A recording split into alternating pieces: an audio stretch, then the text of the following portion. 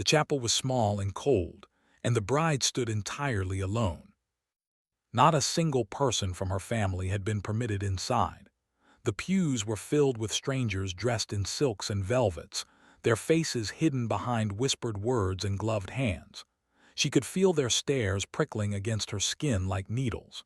She kept her eyes fixed on the stone floor, afraid that if she looked up, she would see pity or worse, amusement. The groom arrived late, and when he finally stood beside her, he did not turn to look at her. Not once. She heard his voice, low and steady, reciting the vows without warmth. When the priest asked him to take her hand, his fingers touched hers as if she were made of something fragile and mildly unpleasant. The contact lasted no longer than a breath. Then he withdrew, and she felt the cold air rush in where his hand had been. She had dreamed of this day once.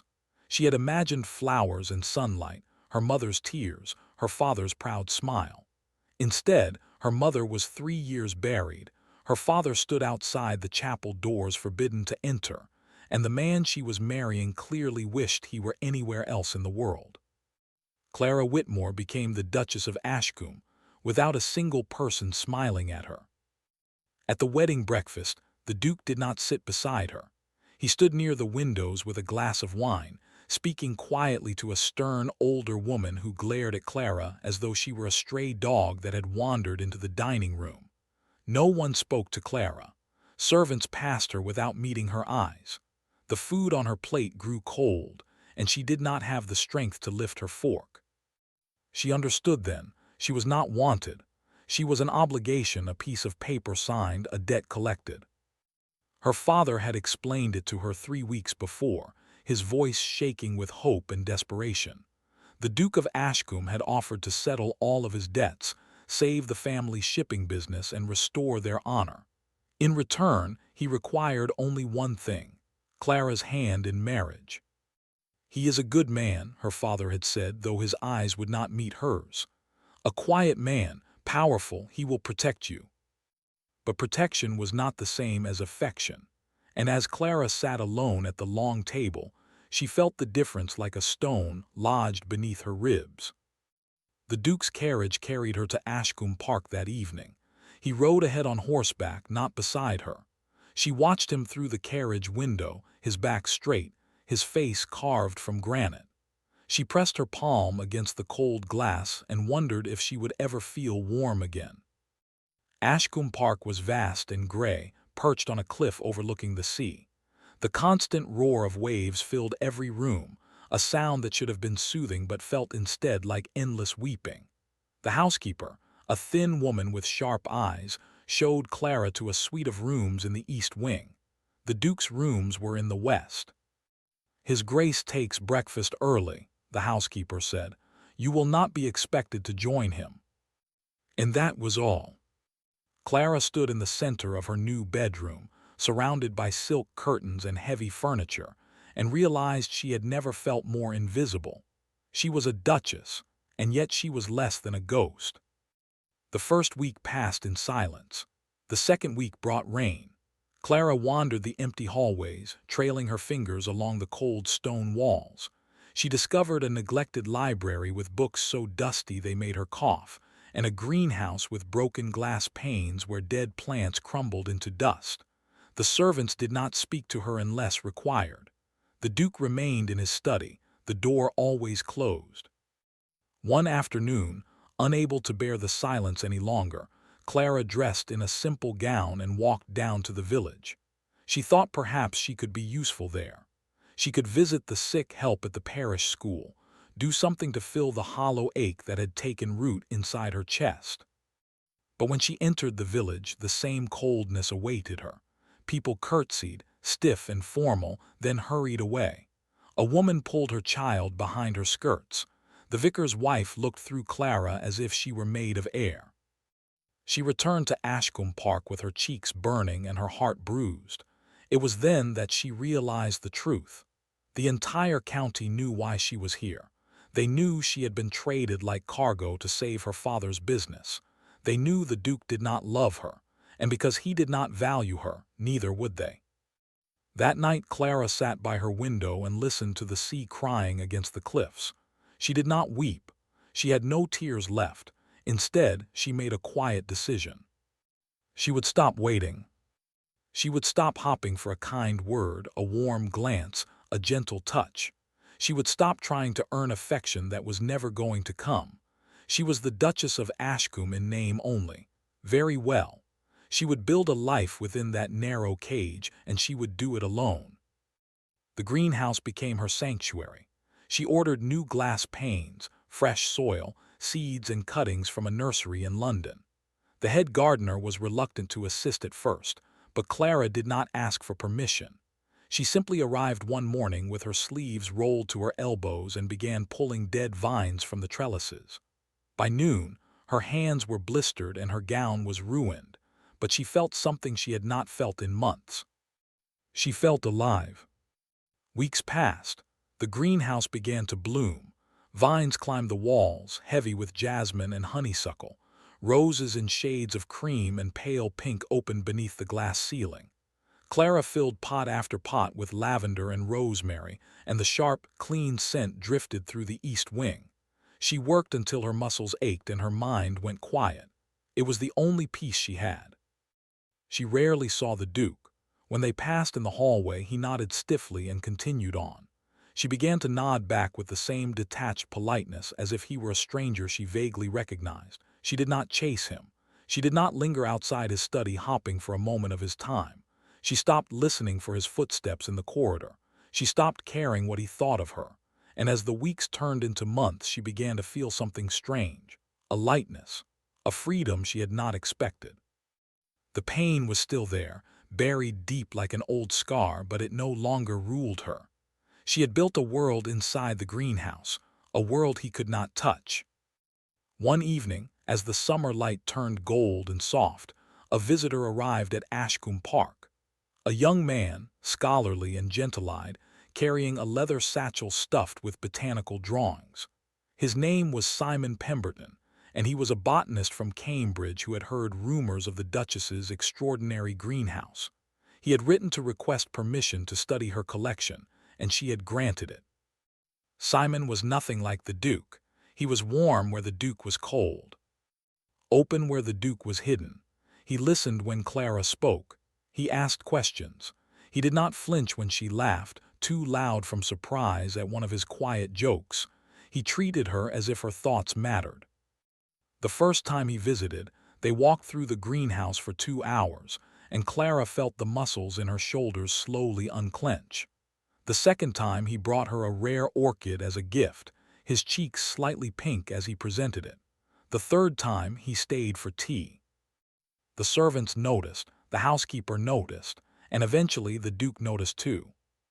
Clara was in the greenhouse when the Duke appeared. It was the first time he had ever set foot inside her sanctuary. She looked up from repotting a fern and saw him standing in the doorway, his dark silhouette blocking the light. His face was unreadable, but there was something in the set of his jaw that she had never seen before. Tension, displeasure. "You have a guest," he said. His voice was flat, but the words landed with weight. Clara wiped her hands on her apron, her heart beating a little faster. She would not apologize. "Dr. Pemberton is a botanist. He is cataloging the rare species I have cultivated. He is here frequently." "Once a week," she said calmly, "sometimes twice." The Duke's eyes moved across the greenhouse, taking in the lush greenery, the blooming flowers, the evidence of months of labor he had never once acknowledged. Then his gaze returned to her, and for a fleeting moment she thought she saw something crack in his expression, something like confusion or pain. But it vanished as quickly as it appeared. "See that your guest does not disrupt the household," he said, and then he turned and walked away. Clara stood very still, her hands trembling against her apron. She had expected coldness, but not that flicker of something else. She shook her head. It did not matter. She was done trying to read a man who gave her nothing but silence. She knelt back down and returned to her fern, but something had shifted in the air. She could feel it, thin and sharp as a splinter. The following week, Simon arrived with a sketchbook full of detailed drawings of every plant in the greenhouse. He had worked late into the nights to finish them. He presented the book to Clara with a small, hopeful smile, and when she opened it, her breath caught. He had captured every leaf, every petal with astonishing care. She had never seen her work reflected back so beautifully. "You have given me more inspiration than any garden in England," Simon said quietly. "I hope you know how remarkable you are." Clara's throat tightened. She had not been called remarkable in so long that the word felt foreign. She looked up at him, and his kind eyes held hers without flinching. There was no distance in them, no walls. She saw the question he did not quite dare to ask, and she did not look away. That evening the Duke summoned her to his study. It was the first time he had ever done so. Clara smoothed her gown and walked through the west wing, her footsteps echoing on the stone floor.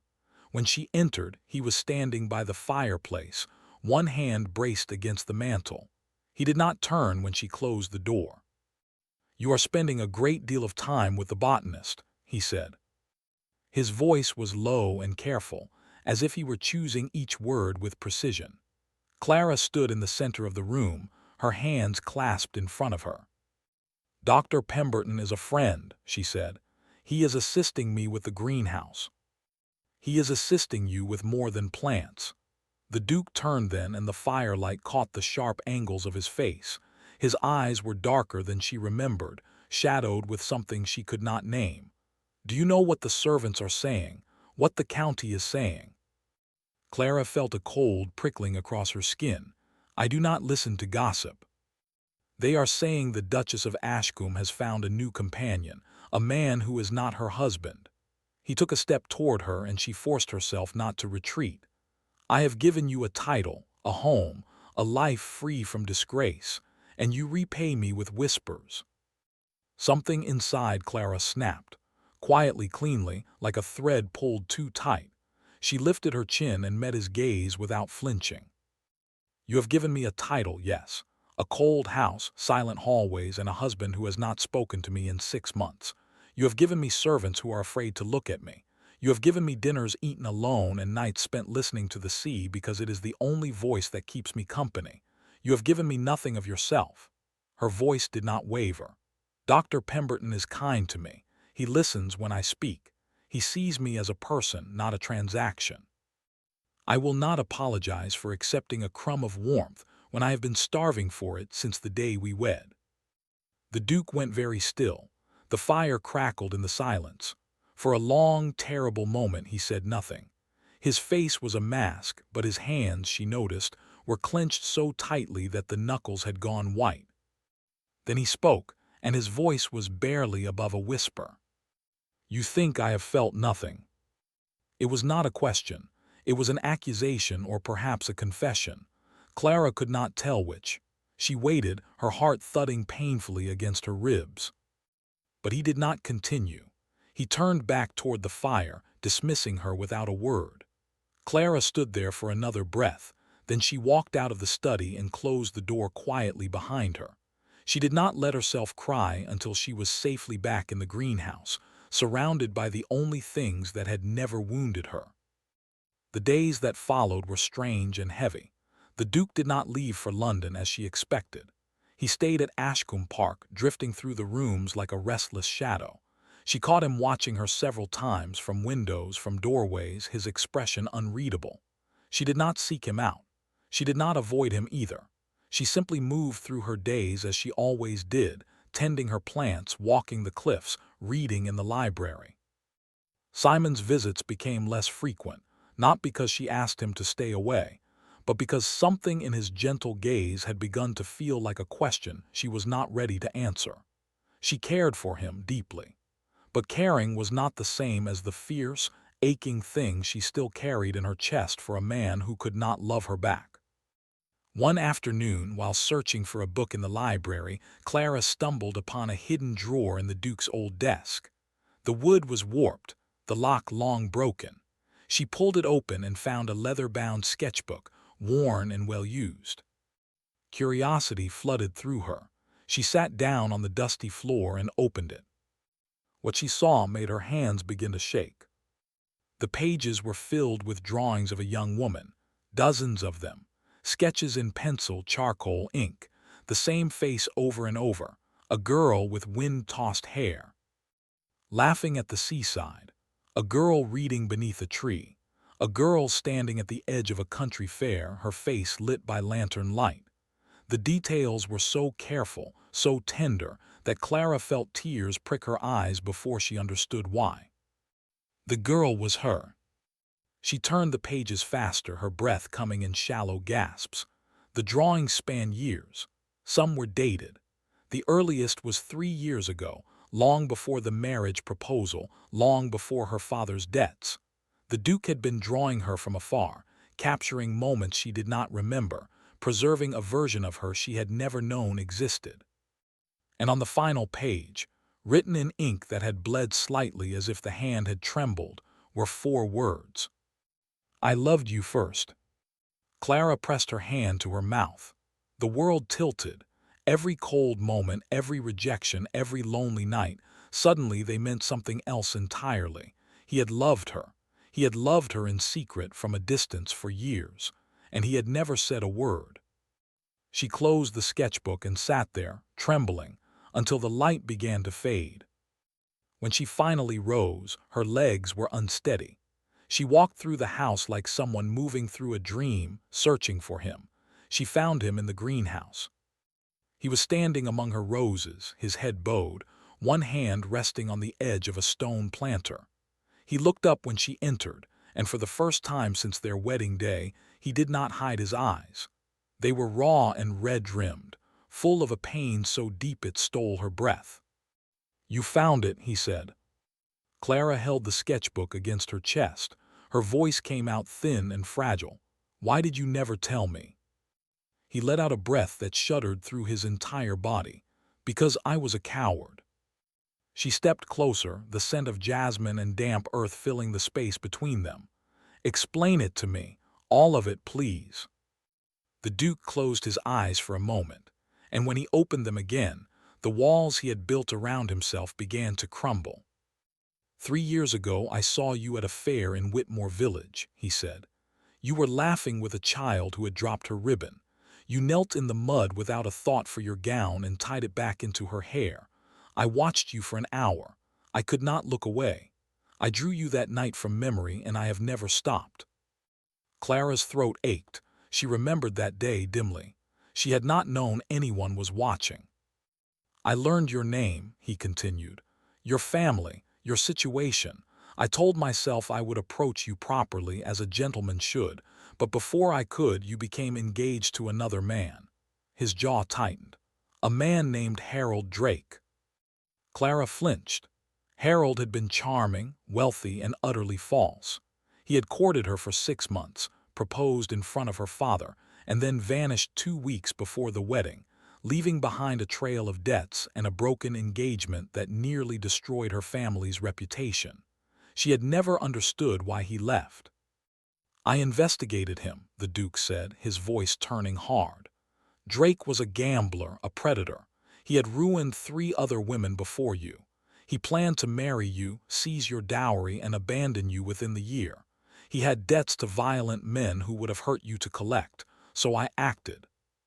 Clara stared at him. What did you do? I paid his debts in full, every last one. Then I gave him enough money to flee the country and told him that if he ever returned to England, I would see him destroyed. He left, and I made certain everyone knew the engagement was broken because I could not bear to see you tied to a monster. The words struck her like a wave. She reeled, gripping the sketchbook. You caused the scandal. You humiliated me in front of everyone I knew.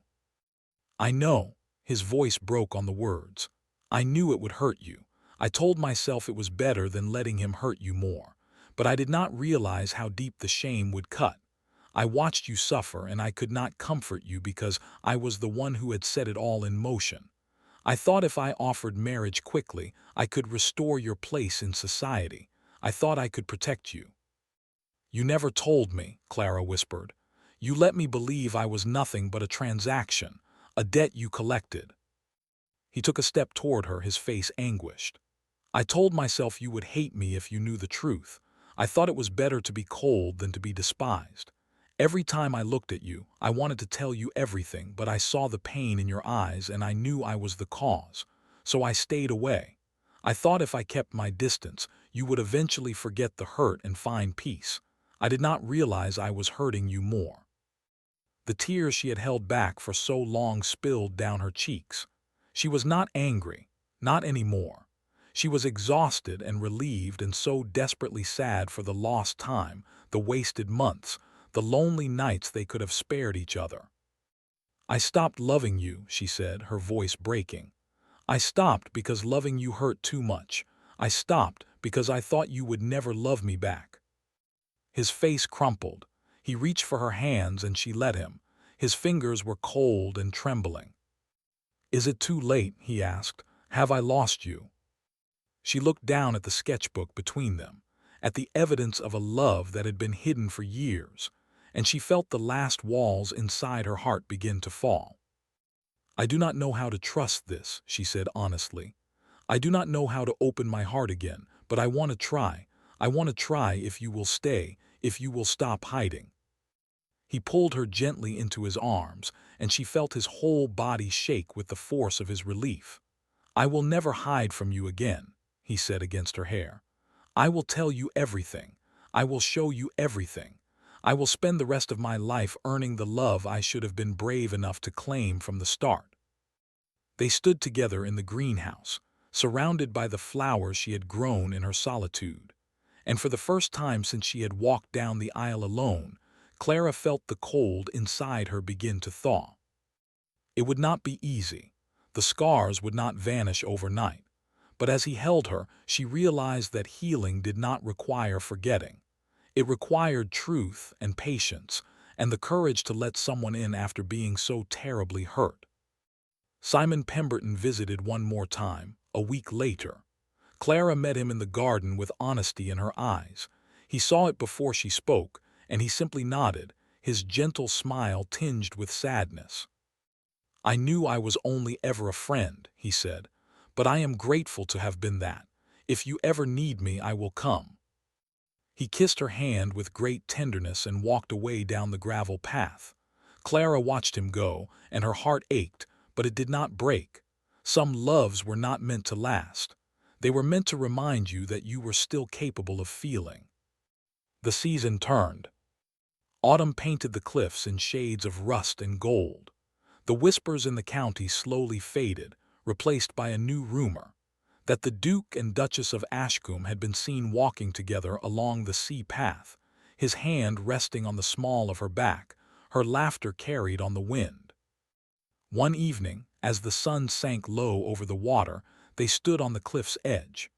Clara leaned her head against his shoulder, and he wrapped his coat around them both. I have loved you for so long I do not remember the beginning, he said quietly. I only remember the moment I knew I could not live without you. It was the day I drew you in the mud, tying a ribbon for a child you did not know. You gave her kindness without expecting anything in return. I had never seen anything so beautiful. Clara smiled, her eyes on the horizon. I think I began to fall in love with you the day I saw you watching me from your study window. You looked so lost, so lonely. I wanted to go to you, but I was afraid. I would have let you in, he said. I was waiting. I just did not know how to open the door. She turned in his arms and looked up at him. Then we will learn together. No more locked doors, no more silence. He bent his head and pressed a kiss to her forehead, so soft it felt like a promise. The sea roared below, the wind tangled their hair, and Clara felt the last of the old pain slip away, carried out to the endless water. They had lost so much time, but they had found each other in the wreckage, and that was a miracle worth every bitter day that had come before. The future stretched before them, not perfect but warm, and finally gloriously full of hope.